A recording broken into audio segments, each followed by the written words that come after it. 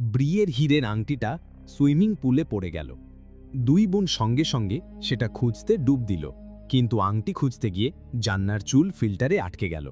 ব্রি দ্রুত এগিয়ে এসে তার বোনকে সাহায্য করতে লাগল। তারা জানত না যে আরও বড় বিপদ তাদের জন্য অপেক্ষা করছে। সুইমিং পুলের ম্যানেজার ম্যাকগ্রেডি ভাবলেন সবাই চলে গেছে।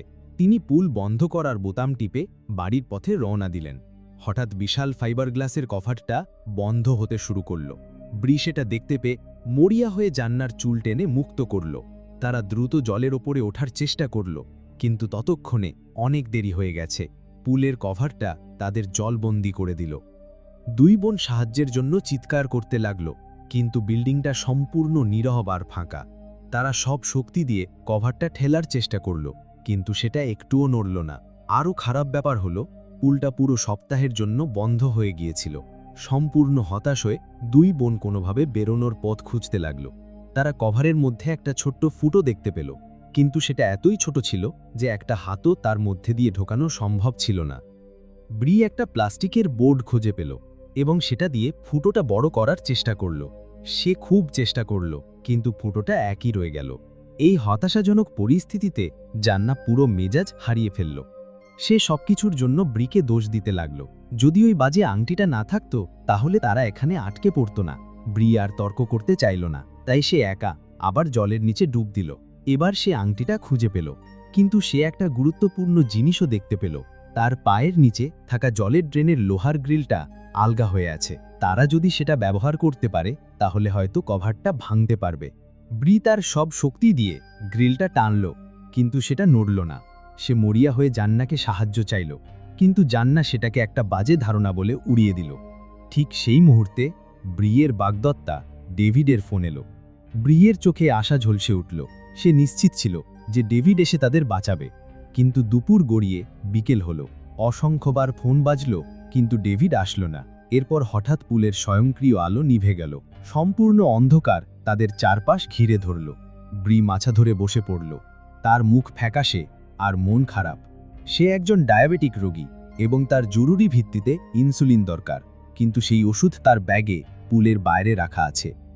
ব্রিয়ের কষ্ট দেখে জান্না অবশেষে শান্ত হল। সে চুপচাপ প্লাস্টিকের বোর্ডটা তুলে আবার ফুটোটা বড় করার কাজ শুরু করল। দুই বোন প্রায় 4 ঘন্টা ধরে পুলে আটকে আছে। হঠাৎ পুলের আলো আবার জ্বলে উঠল। এটা ছিল ক্লারা, যে রাতে পুল পরিষ্কার করার কাজ করে। কাউকে আসতে দেখে দুই বোন কভারের উপর জোরে জোরে আঘাত করতে লাগল এবং সাহায্যের জন্য চিৎকার করতে লাগল। কিন্তু ক্লারা তাদের মরিয়া চিৎকার উপেক্ষা করল।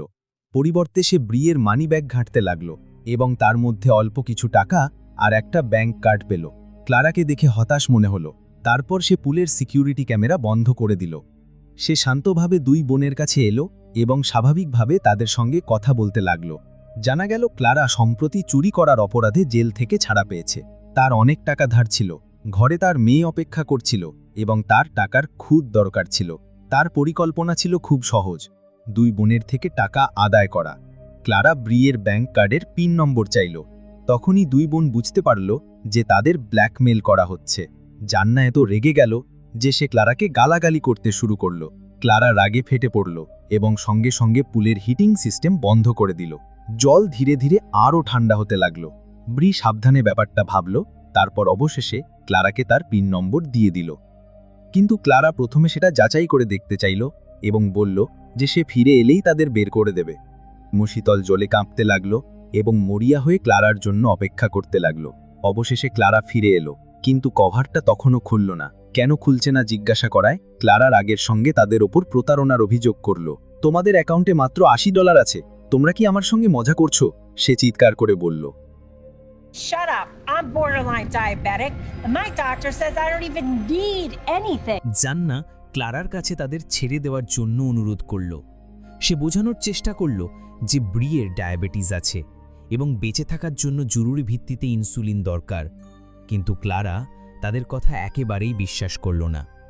ব্রিকে ধীরে ধীরে আরও দুর্বল হতে দেখে জান্না ক্লারাকে খুব ঘৃণা করল। সেই নিষ্ঠুর মহিলার উপর প্রতিশোধ নেওয়ার সিদ্ধান্ত নিল।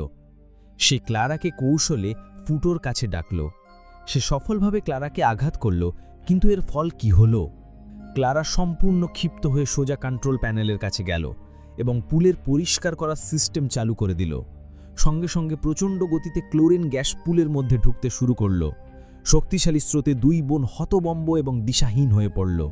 তারা মরিয়া হয়ে সংগ্রাম করতে লাগল, আর এরই মধ্যে দুর্বল ব্রি জলের নিচে তুলিয়ে গেল।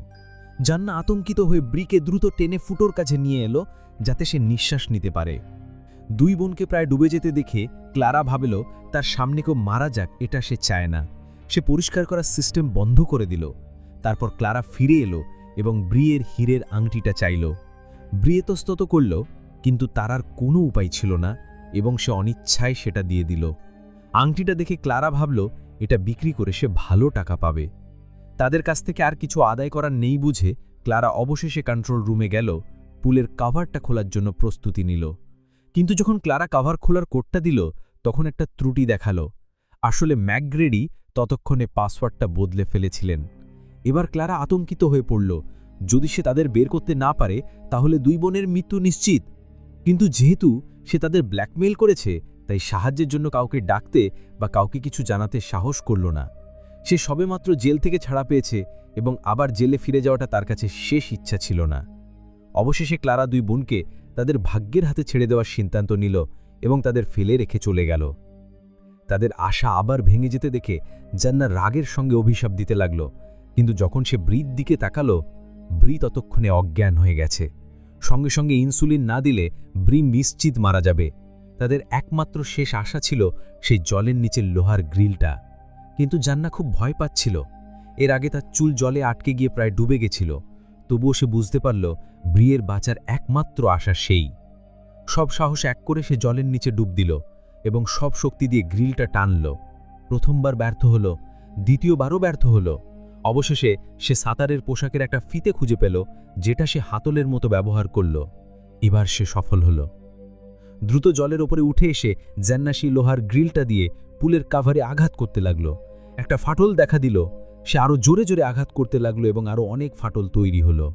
একটা বিকট শব্দ করে কাভারটা অবশেষে ভেঙে গেল। জান্না সঙ্গে সঙ্গে ব্রিকে টেনে পাড়ে নিয়ে এলো এবং তাকে ইনসুলিন দিল। ব্রি ধীরে ধীরে জ্ঞান ফিরে পেল। যখন জান্না স্বস্তির নিঃশ্বাস ফেলছিল, তখন সে উপরে তাকালো। ক্লারা আবার ফিরে এসছে, এবার তার হাতে একটা বন্দুক, যেটা সোজা তাদের দিকে তাক করা। ক্লারা ভয় পেয়েছিল যে যদি দুই বোন বেঁচে থাকে, তাহলে তারা নিশ্চয়ই পুলিশের কাছে তার বিরুদ্ধে অভিযোগ করবে। তাই সে নিজেই সেই ঝুঁকিটা শেষ করার সিদ্ধান্ত নিল। জান্না ব্রিকে শক্ত করে জড়িয়ে ধরল। কাঁদতে কাঁদতে ক্লারাকে কথা দিল যে তারা কাউকে কিছু বলবে না। কিন্তু ক্লারা তাকে বিশ্বাস করল না। সে আরও কাছে এগিয়ে এলো। হতাশ জান্না ক্লারার দুর্বলতার জায়গাটার কথা মনে করল। যদি তুমি আমাদের মেরে ফেলো, সে চিৎকার করে বলল, তাহলে তোমার মেয়ের কি হবে? এই কথাটি ক্লারাকে খুব আঘাত করল। সে ধীরে ধীরে তার বন্দুক নামিয়ে রাখল। তারপর ব্রিয়ের হীরের আংটিটা ফিরিয়ে দিল। জান্না দ্রুত 911-এ ফোন করল এবং তার কথা মতো ক্লারাকে যেতে দিল। অবশেষে দুই বোন নিরাপদে হল। এই গল্পের শিক্ষা হল, সাঁতার কাটার সময় কখনো গয়না পরবে না এবং সব সময় সাঁতারের টুপি পরবে।